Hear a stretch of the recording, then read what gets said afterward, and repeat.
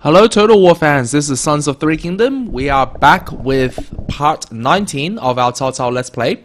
As with the last episode, this is another episode where I recorded wrongly and we just don't have audio, so I'm laying down audio now separately. So we have concluded our war with Shu-Han last time, but it's a tenuous peace. And we've expanded our territories a lot, and we've spent a few terms consolidating everything. We've gotten our food back up to a really good position, plus 56. We've gotten our income back up after basically investing our entire treasury to build everything up to have, public order again. We're in a pretty good position, and if, the Kingdom of Shu-Han wants to declare war on us again, so be it.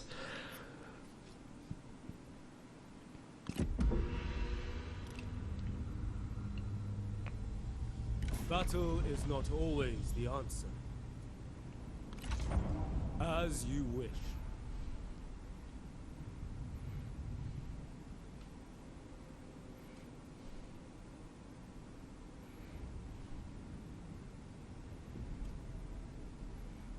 The path is clear. Join with us. Some harmony has been... Yuan Tan, the son of Yuan Shao, as we've mentioned before. And now we see something interesting happening. So, remember how last time we were at war with the Kingdom of Shu-Han, that asshole Sun Ce refused to join us, despite the fact that he agreed that we would support his independence, and he actually ended up stabbing us in the back.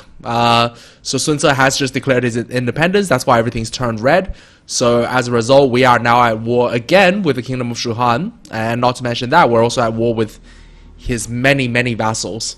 So there's a lot of, as you can see there. Obviously, this war is much more advantageous for us than before. For one, we're more prepared for it. We have a huge food surplus. We have good income. We've consolidated in terms of public order. And secondly, Liu Bei's biggest vassal is on our side now, Sun Ce. And also, we have... he's also been forced to release all of his other vassals. I don't really know how it works. Maybe it was a case that he couldn't keep control anymore after his biggest vassal rebelled. So what we can do now is pursue a strategy of separate pieces with all the other vassals and just take on Liu Bei alone together with Sun Ce. So yeah, the tide has turned. Well, the tide will turn. This is going to be a completely different ball game from last time.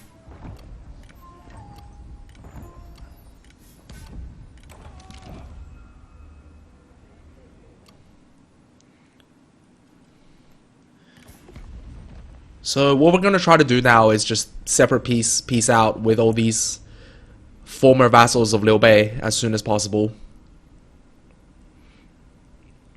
And the goal is really to kind of try to dig at this kind of northeastern corner of Liu Bei's territory, because that's relatively isolated.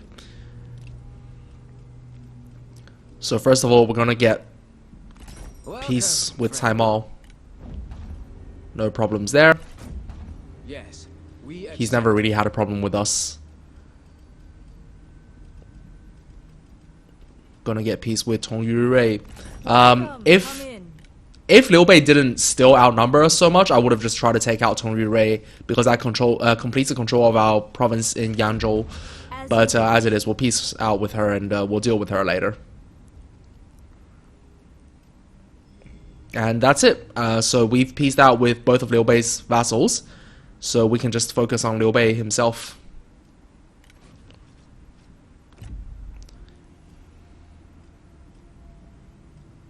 And of course we've lost we feel honored. our trade deal with Liu Bei. So it's important to restore that with Sun Ce. And as it happens, we now have a lot of food to throw around.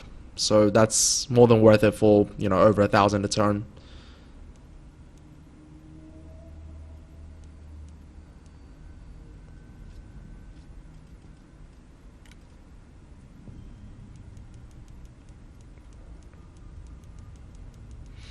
So yeah, I mean, this does kind of mirror, what happened in history in terms of the Three Kingdoms shifting alliances. most of the time, yeah, we weren't able to get that trade deal. He was asking for too much. Most of the time, however, it was Liu Bei and the Sun family against the Cao family. Because in actual history, the Cao family ended up controlling, about 60% of China. So the only way that it could work really was the two weaker kingdoms gang up again, uniting against them. In this game, obviously, the balance of power is a lot more even. I would say we're roughly the same strength as Liu Bei, and Sun Ce is much weaker than us.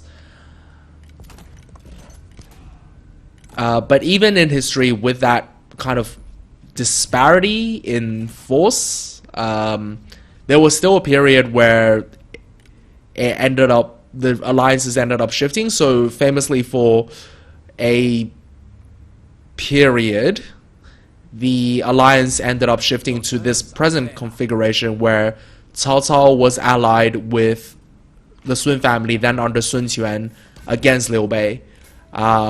So it was very much a trilateral power. Usually it was Liu Bei and the Sun family allied against Cao Cao. Sometimes it was Cao Cao and the Sun family allied against Liu Bei.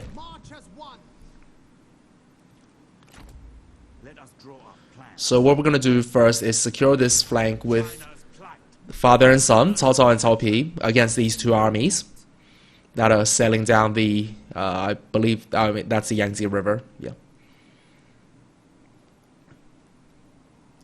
And then in the north, obviously, there's another army there, but it's quite weak and it's still got a long way. So we're going to leave that for now. And we're going to begin the assault on Liu Bei's home base.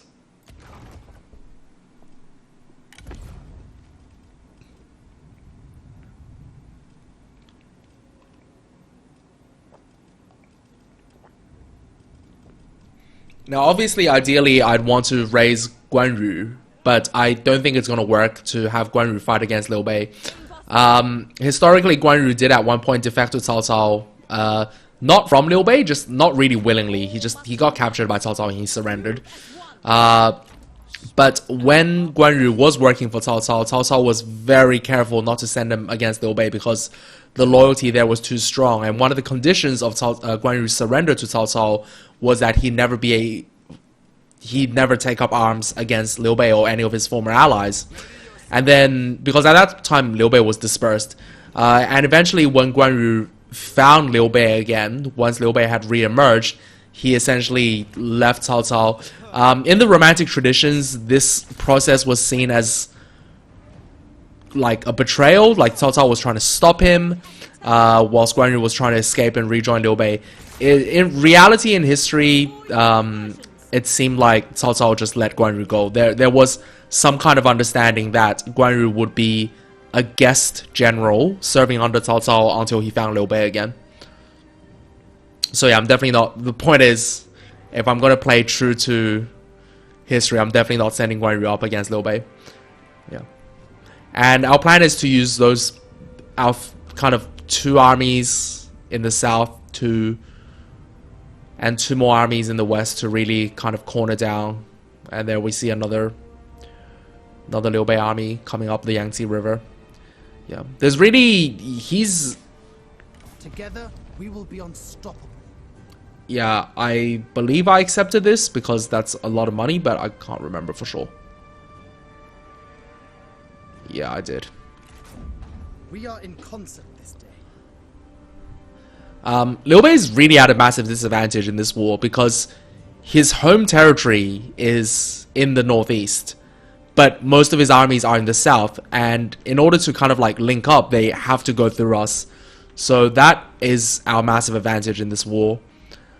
Having said that, when I went into this war, I also didn't expect to finish off Liu Bei or anything like that. Like, he is still very big.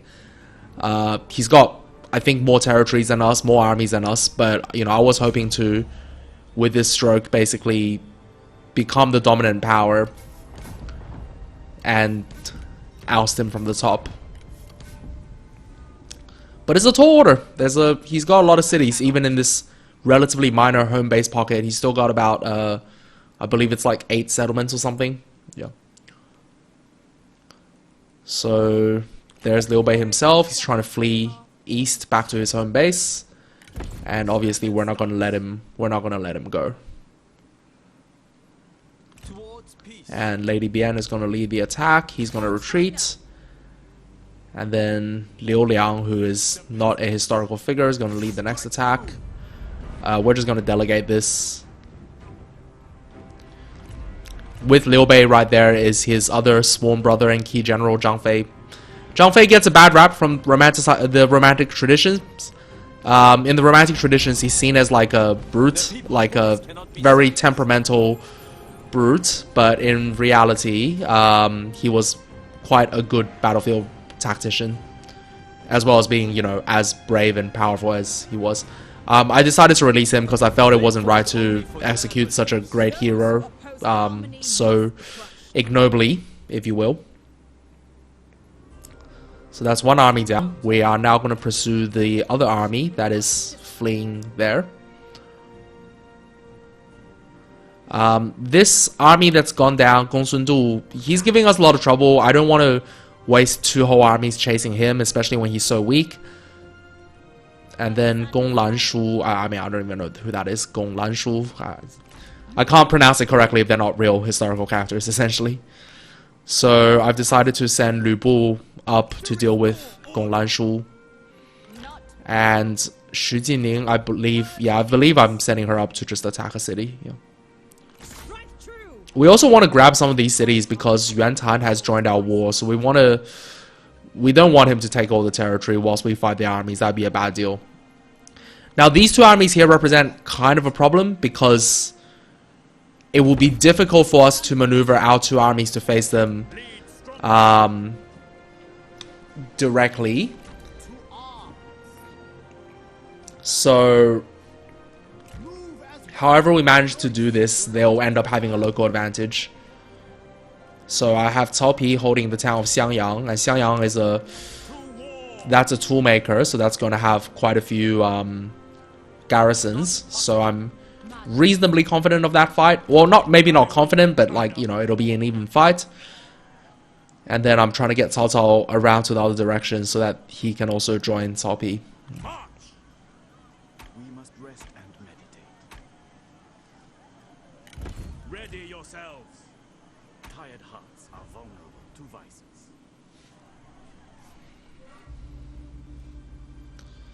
So where Cao Cao and Cao-Pi were just fighting, like, that's the northern half of the Jing province.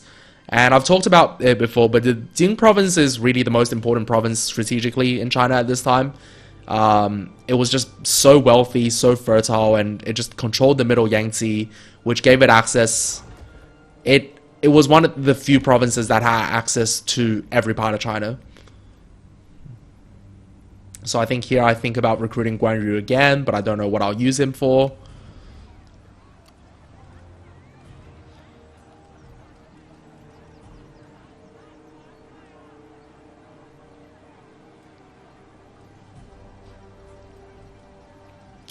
But yeah, the Jing province, to the north, it gives access to the Central Plains, which is basically the center of the empire.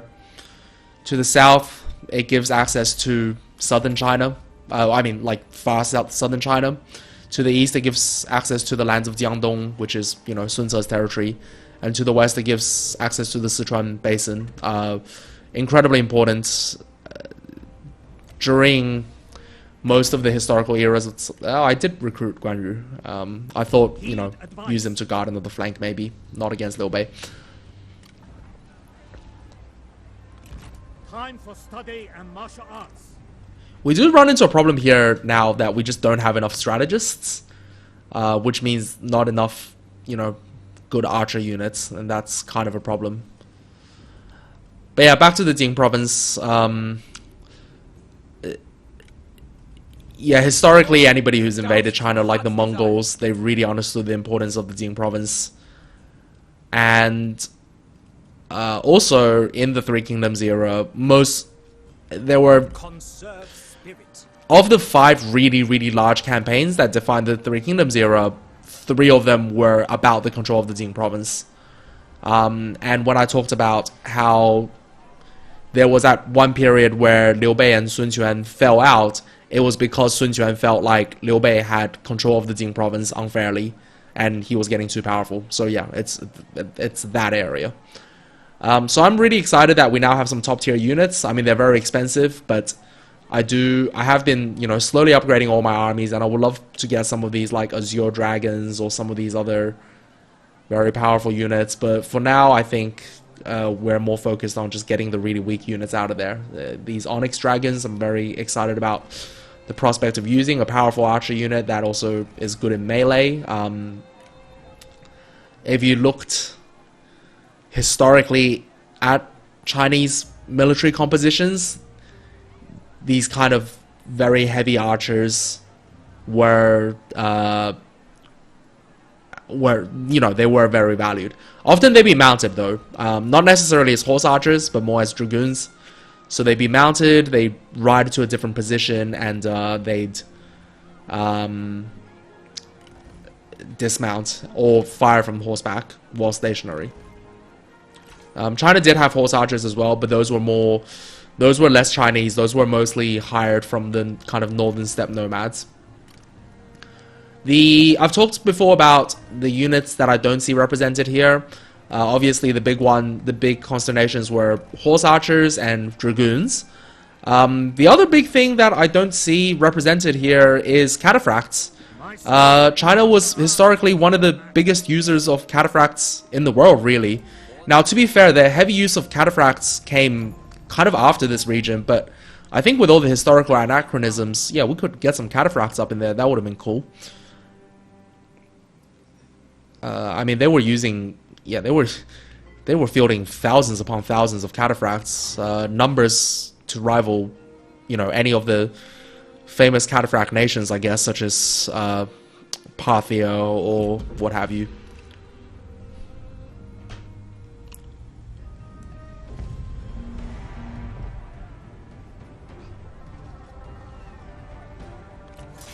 Here we go. Here's the big battle. They've decided to attack Cao-Pi.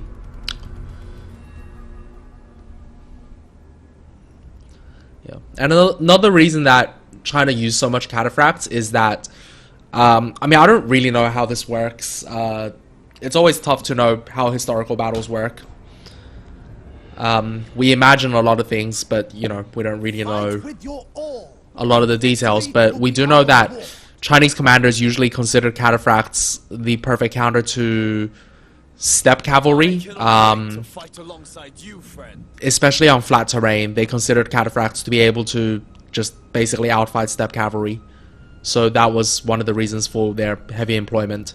And also because a lot of the steppe nations, once they became semi-settled in northern China, they would also employ a lot of cataphracts. So that's the reason for their heavy use. Anyway, this is Cao Pi's first field battle. Now, victory awaits to he who fights the This is, after all, Cao Cao's chosen heir and the future emperor of China. Cao Pi historically he did take part in a few battles, no key accomplishments. There is a lot of records about how he was a skilled swordsman and all these other things, but honestly, a lot of that can probably be put down to propaganda. I mean, the chroniclers who were recording him, unlike the chroniclers who were recording Cao Cao, we get a very balanced picture of Cao Cao in history, because there were so many pro-Cao Cao historians and also so many anti-Cao Cao historians. With Cao Pi, a lot of the details we get in his life are only from pro-Cao Pi historians, so they almost become like unrealistic. Apparently he won a sword fighting championship when he was like, it gets quite ridiculous. So we don't know. We don't know he was a reasonably competent statesman, administrator. We do know that he was a great poet. Those are the things that we can kind of judge, you know, even we can judge based on the results, but in terms of his sword fighting skills, I don't know. Nobody knows.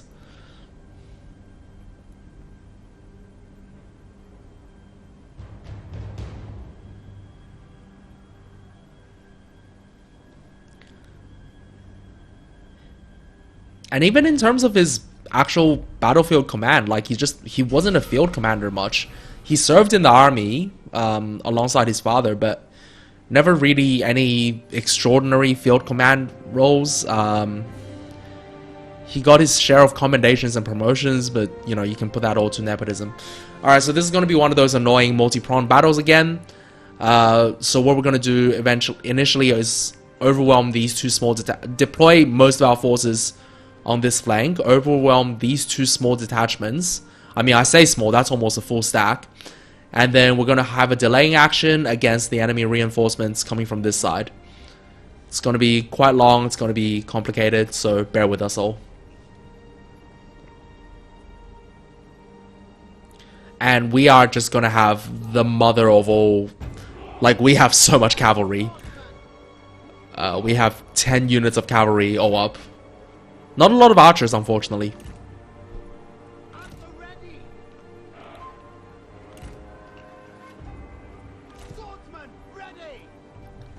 Which is a shame, because this isn't the ideal kind of battlefield for cavalry.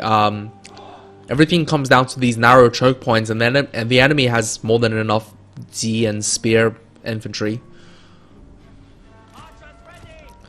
This will be our first time using trebuchet in field battles.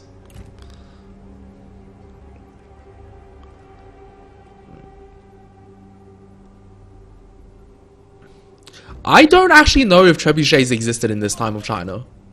Catapults definitely did, and they were very heavily used. I'm not sure about counterweight trebuchets. Genuinely not clear.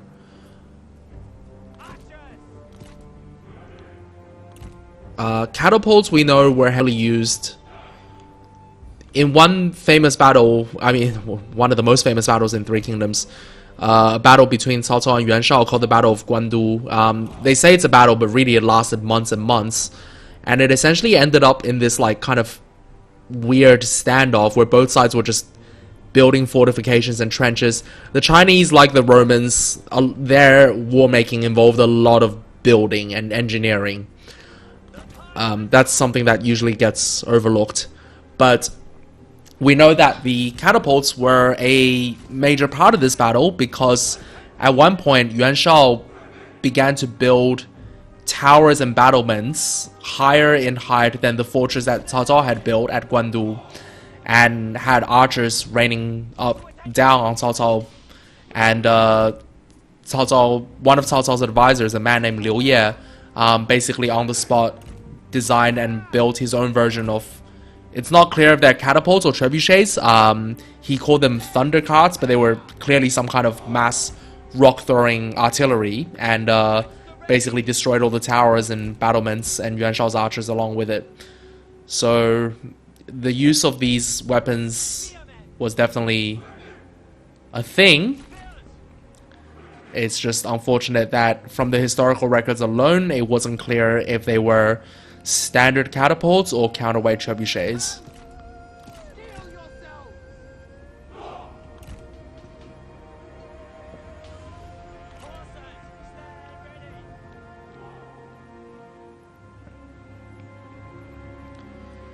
Just trying to sort out what to do with my cavalry. I have 10 units of cavalry and no idea which side to deploy them. So I'm going to have Cao-Pi lead them and deploy them all kind of here.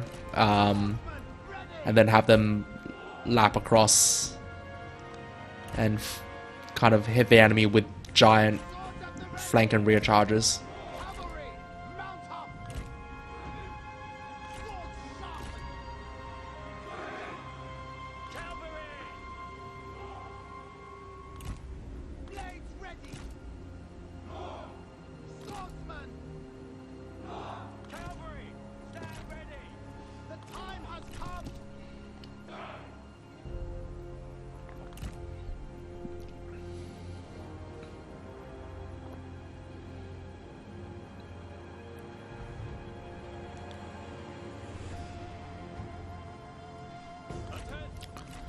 We also, something we know about army compositions is that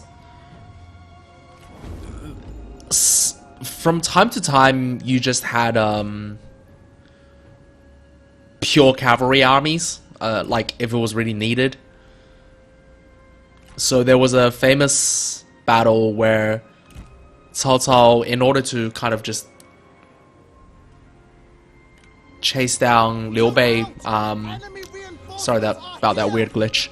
In order to chase down Liu Bei, he just took an army. He had a much larger army, well over 100,000, but he just took 5,000 cavalry and just like marched off after Liu Bei, and he managed to fight 250 kilometers in 3 days, which is obviously incredibly impressive. And of course, it could only be done with an army that was entirely cavalry. We're talking multiple horses per man, you know.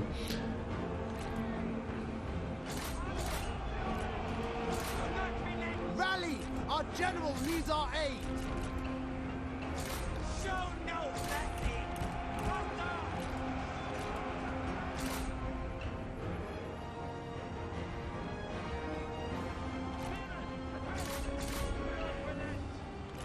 So unfortunately, the enemy is not going to make this easy for us. They're refusing to engage on one of the flanks, which is holding up some of our cavalry. So we're going to detach a section of our cavalry to help the other flank. Originally, I wanted these two detachments to crush this entirely before marching to help out the third front, but or the other front. But unfortunately, we're just going to have to improvise a bit. Shut up and die. Now, luckily, this front does not have too many hard-hitting infantry. We're essentially talking about sorry,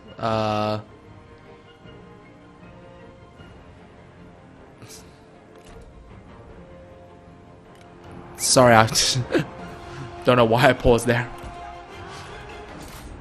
Sometimes I freak out and panic and pause, but I also, you know, as said before, I don't really like pause spamming. So then I just like catch myself and on pause again before I issue too many orders.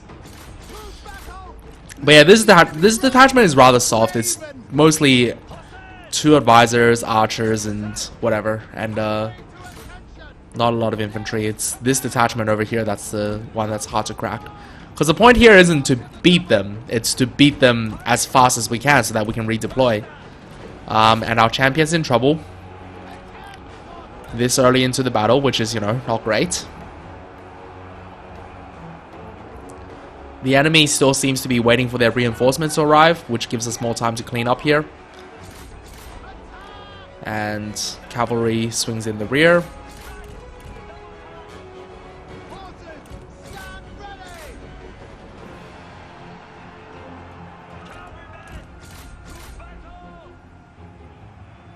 The enemy unit flees! What cowards! At the ready! Run! Cavalry! Mount up! Go! Go! Go! Kill them! And we're finally able to get our big rear charge here, so that should be finished up. And it's a fearsome army that's gathered before us. Really as big as our current army.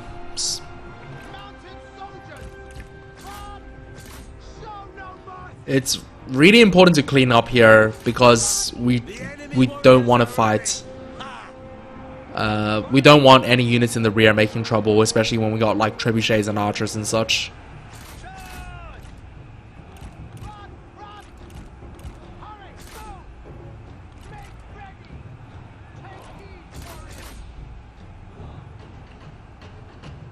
Cavalry, attack!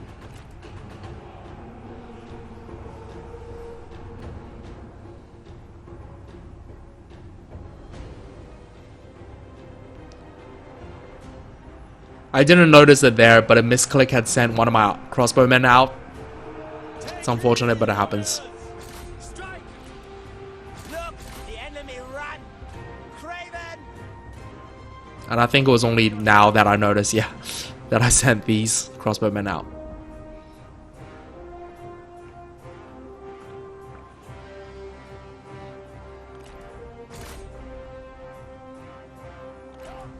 You seem to be struggling! Need some help? Oh, how witty! How very witty!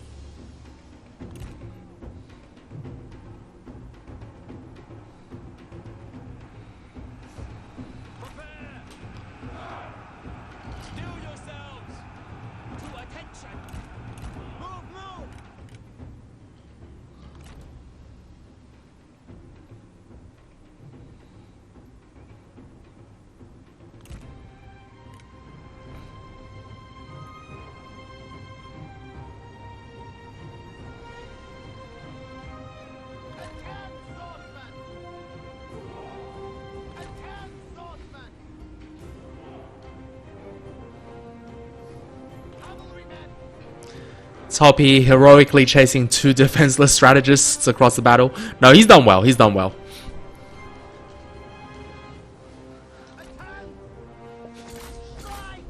I'm proud of you, my son.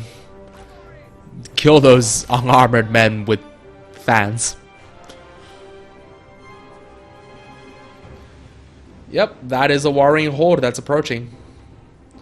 Now, in fairness, obviously I know what happens in this battle. The enemy AI does spaz out a bit, where they're not really sure what they want to do. We also made an error here. Didn't put our, didn't put our archers on command fire.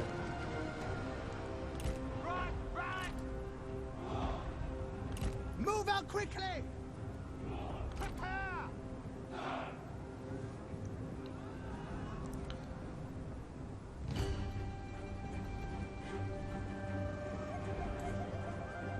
Go, go, go!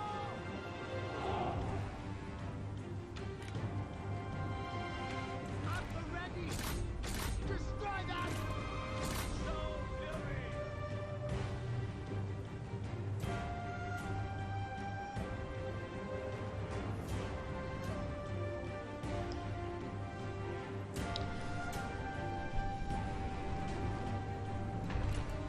Swords drawn! Ready!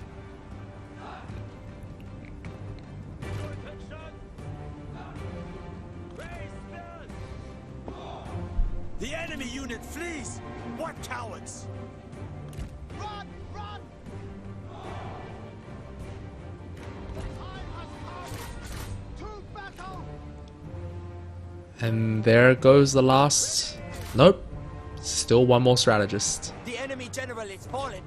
They were no match.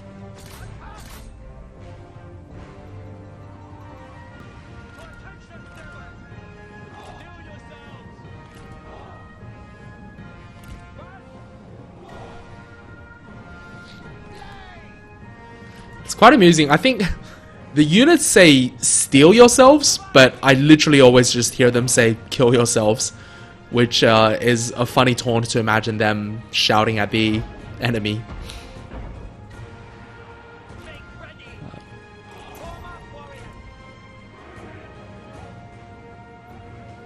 With speed! Attend! Hurry! Prepare!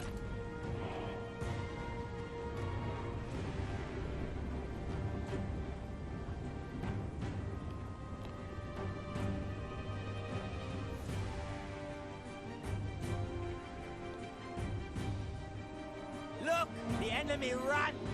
Craven! So this is where the enemy AI spazzes out a bit. As you can see, they start shifting to the right, and it's not entirely clear what this was about.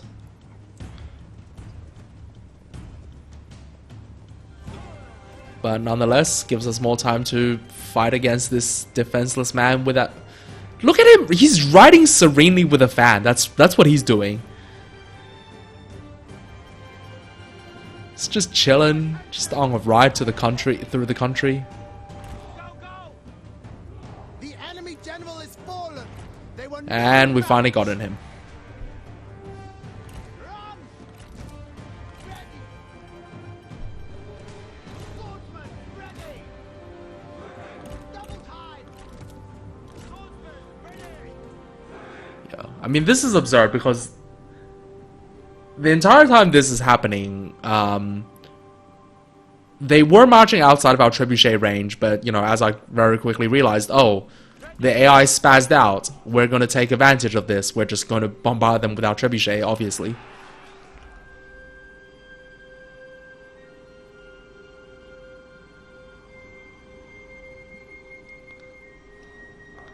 I was still hesitating at this point because I thought, oh, what if they're... I thought, oh, maybe they're doing something. Like, I tried to check if there's any potential crossings, but there really weren't. No, it was just a pure AI spaz out.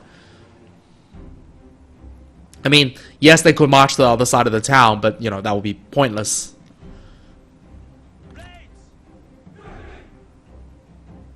And they had wasted, most of their trebuchet ammo just taking down our towers. So yeah, this was good. We got to rain down at them. Stand ready, catapults.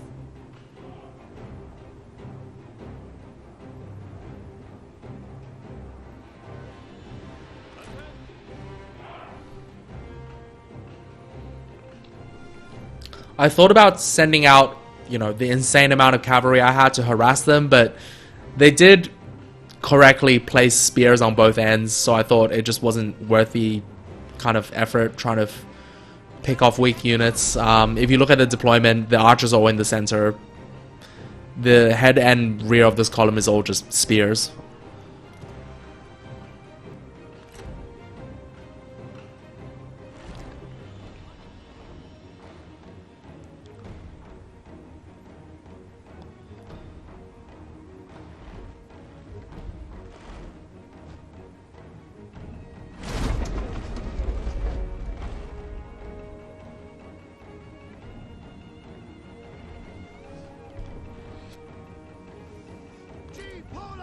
Stand ready!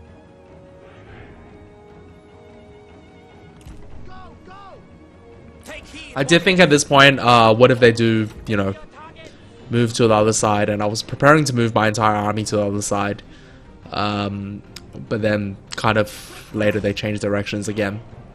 Yeah, as I said, pure AI spaz out.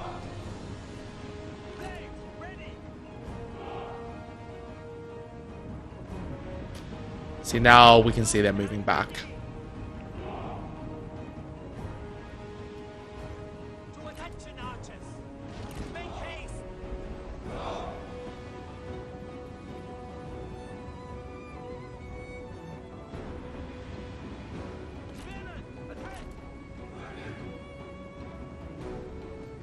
Form up! Make haste! The enemy warriors are running. Ha! Stand ready. Faster! Ready! Take heed, warriors! Faster! Swordsmen! Steel yourselves! Swords! G! Take your positions! Quick march! Form up, warriors!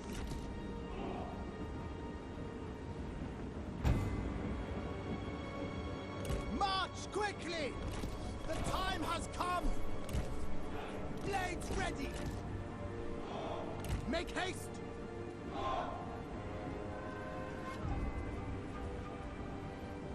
I do think it's kind of annoying on the UI that setting formation to loose or tight, compact isn't always there. I'm sure I'm just missing a hotkey or something, but yeah, that was one confusion I had about this battle. But oh well. Move out quickly! Run! And obviously at this point I thought, well, those towers are lost, so if I set up a defensive line a bit closer to the camp, Stand ready! and I just straight up forgot I sent these infantry back. With speed! Because that's the kind of world-class commander I am. Stand ready.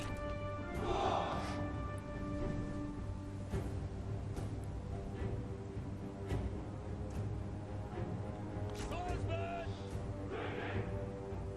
March Yeah, I was really trying to retreat deeper into the camp to give myself more fighting space.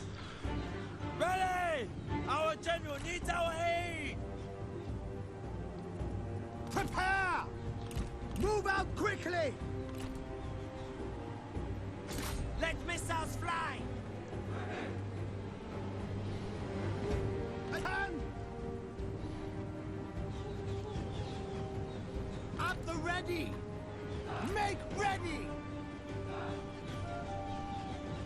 Archers, prepare. Fire!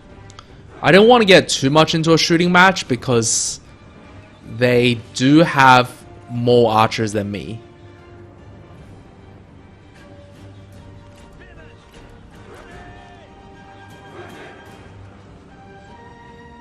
So I thought, you know, as soon as they come kind of remotely close, I'm just going to charge.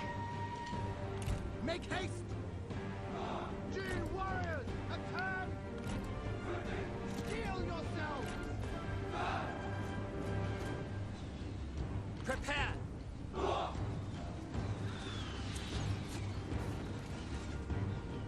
Prepare! Blades, prepare! Swords at the ready!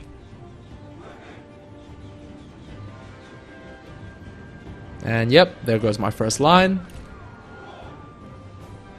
Take heed, warriors! Kill Led by the Jian Guard infantry. loose! Charge! Locked and ready! Archers attend! Open fire! Take heed, warriors! Move! Swords sharpen! Strike!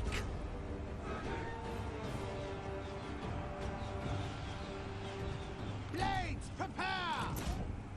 Swordsman! Attend! Our men flee the battlefield! Act them!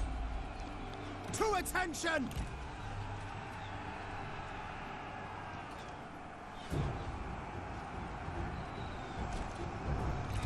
Feel the There's nothing nice or pretty about this fight. I was just trying to wait for all of them to feed in so that I can swing my cavalry around. That's literally it. But as it turns out, I thought I had so much infantry, this will be a piece of cake to hold them there. But no, it actually absolutely was not a piece of cake. I had underestimated just how many infantry they had, and more importantly, how many officers they have. They have 4 officers. So that's really, yeah, that's really what it was.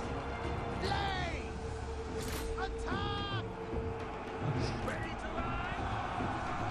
Our warriors run! Craven dogs! So it was at this point that I kind of freaked out and I went, oh my god, we have to go now. So there goes definitely the largest cavalry charge we've had in this game. One champion, Zhuolin, leading 10 units of cavalry. Absolutely awe-inspiring sight. Comrade falls! And I was just trying to desperately hold. Bowman, stand ready! Of course, it wasn't going to be as simple as charging everything straight away. They had to clear off these 5 units of archers and crossbows first. Mount up! Cavalrymen, do not relent!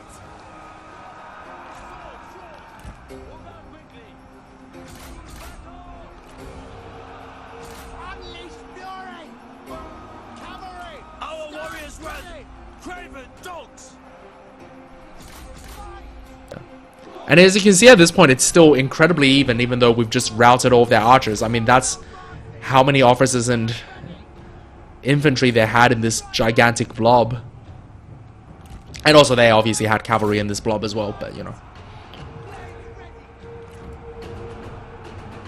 Mounted soldiers! And there was also the scary fact that Cao-Pi was in the thick of this, What about General fighting, and there we go. Do not waver!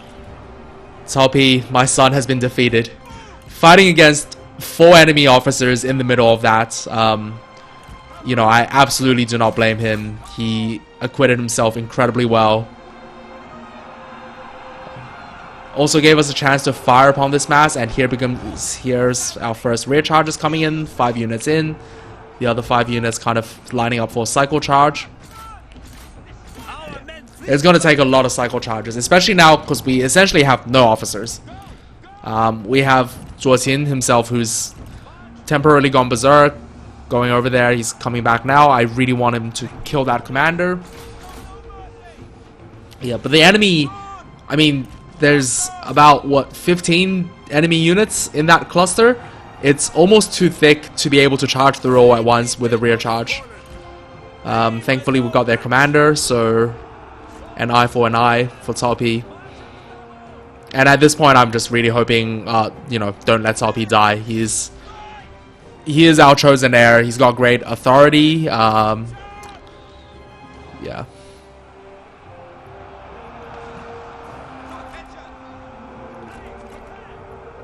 And even at this point, I wasn't really convinced we had won the battle. Just because, as you can see, they still have lines and lines of kind of swords and Z in the back that were going to stop us from doing a proper rear charge. We were just going to have to draw these people out.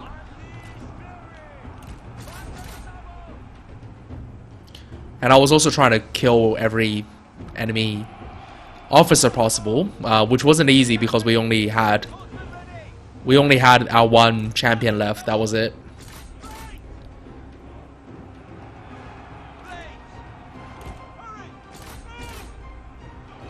The enemy warriors are ready. Ha! And the enemy commanders gotten into our Lady Tai. How did Lady Tai end up with...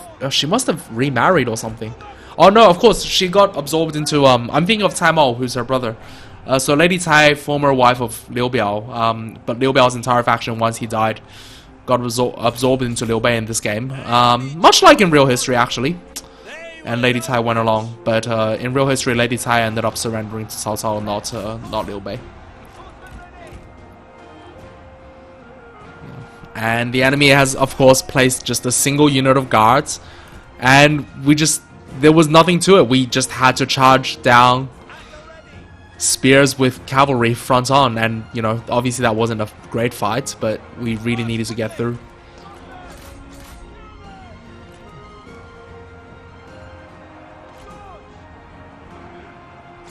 The enemy warriors are ready. Ha! And thankfully we did break that D militia, which will allow us another rear charge. The quality of the enemy units in this battle were very good as well. A lot of sword guards, some spear guards.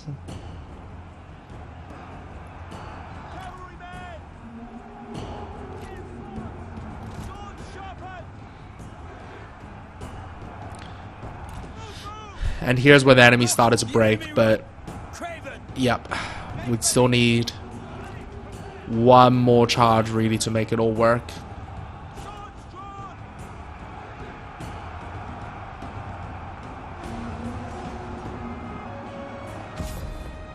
And there we go.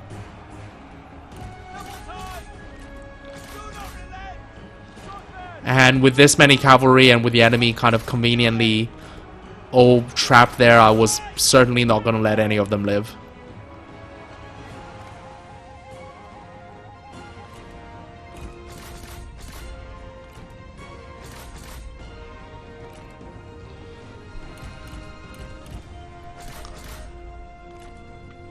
And yeah, that is the battle of how Cao-Pi, under his heroic leadership, destroyed 2 full stacks. Not even defeated, destroyed. There were basically no survivors, as you're seeing now.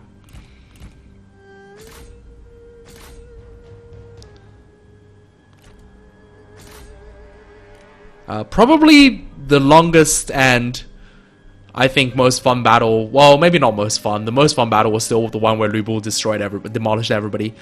But longest and probably tensest battle, I think we've had in this campaign so far. The battle lasted for, you know, about, I think, half an hour. Over half an hour, actually, at this point.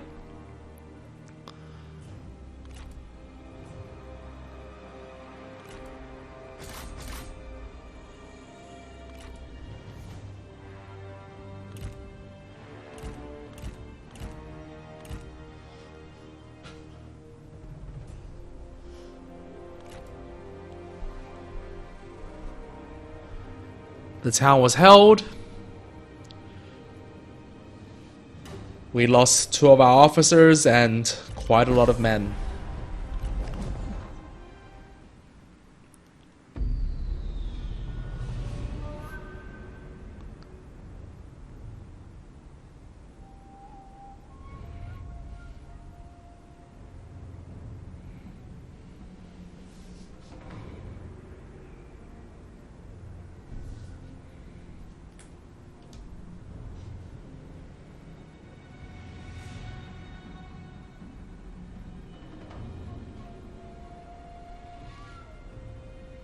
New generations blossom from the labors of their forebears.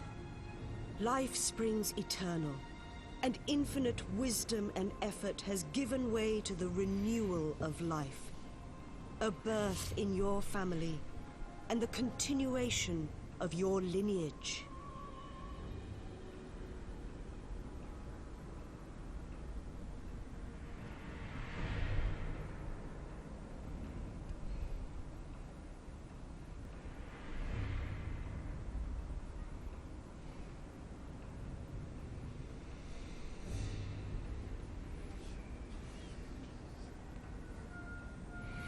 Historically, not so much Xiangyang, but a settlement right north of Xiangyang called Fan Castle, Fancheng, was the site of a lot of very intense defenses. There we go. The people's voice cannot be silenced. And as you can see, Cao-Pi has died. Rip in peace. Absolutely rip in peace. At this point, and also our advisor has died.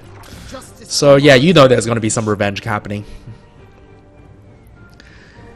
And with that, our family's future has kind of gone down the drain because I was not cultivating another heir. The enemy also suffered. I mean, they lost 6 officers. We lost 2. Both of the enemy armies wiped out. Our army kind of wiped out as well. Not wiped out. I mean, we still have a third of it left, but yeah.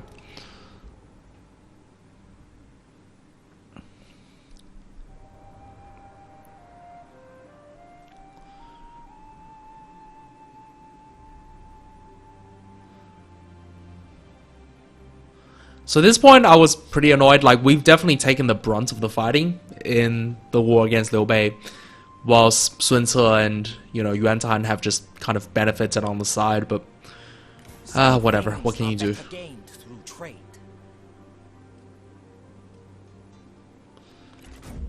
Oh yeah, I don't remember if I told you guys, we vassalized Kongrong. Kongrong's our vassal now, so yeah. He's gonna help us like a good vassal. That's great. Historically, Cao Cao ends up executing Kongrong. Hope that won't happen here. Yeah, whatever. I don't care. He's in the far south. And I know not to call for aid, because every time that happens, our game crashes. So the first imperative is really to get an heir. And I'm going to get Cao Jian to replace Cao Pi in that army. But yeah, that entire army is in absolute shambles. But it's okay because we still have Cao Cao's full stack there. Duchy of Wu has declared himself emperor. That goddamn asshole.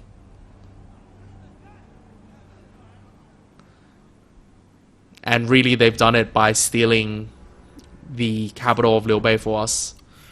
Yeah, I'm really bummed out at this stage. We've done so much of the fighting, and Sun Ce has just, after backstabbing us in the last war, not really backstabbing, but you know, definitely sneak attacking us in the last war, he's managed to now steal the enemy's imperial capital and declare himself emperor. So definitely expect us to hold that grudge for a long time.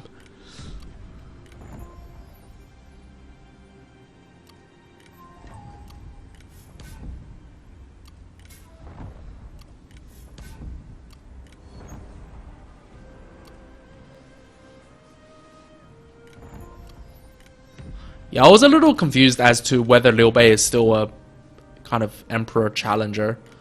It wasn't clear because obviously those few messages just contradicted each other.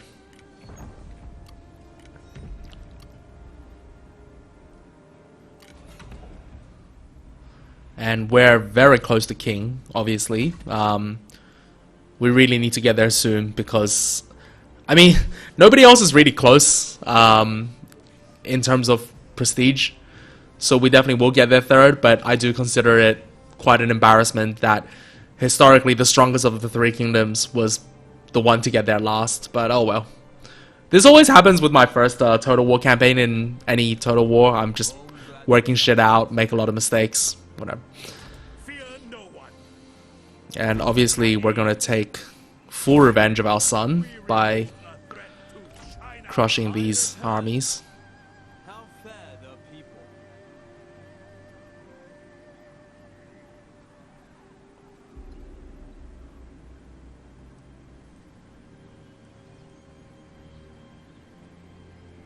Law must rule. Ready for forced march. Destiny awaits. I am at your disposal, my lord. Bring news of what occurred in my absence. Crush them! Our faith was rewarded. For China. Focus on the task and forget the code. To war!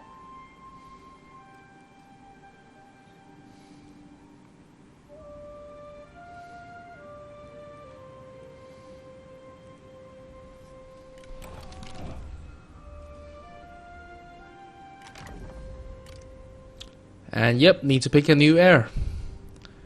And it's really going to be Cao Jian. I mean, there's no other... I thought briefly about making Lady Bian our heir, but that wouldn't really work. Obviously, Cao Ang is... yeah, so that everybody you see highlighted is members of our family. Cai Yan being Cao Pi's widow. It's going to be Cao Jian because Cao Ang is not a commander, and we need that authority. I was still considering Lady Bian. I was thinking, you know, I don't really care about Cao Jian. I thought, oh, maybe if I put Lady Bian in there, I'll have another son, and he'll be, you know, a good commander. But no, it's the best of a bad bunch at this point, unfortunately.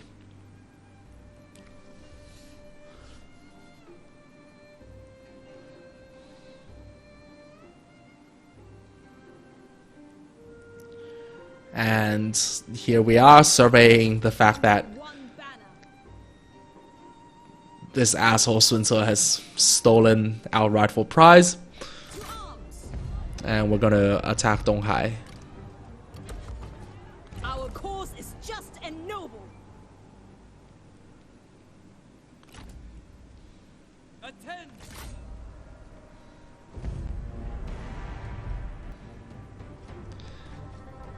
And this is where we leave it. I'm sure we will have great fun fighting this pathetic army with, you know, one of our best armies, led by Lu Bu himself nonetheless. But yeah, for now, we'll continue our war against Shu-Han. We are gonna get to Emperor, and we are gonna take our revenge. This is Sons of Three Kingdom, and I'll be signing off later, all.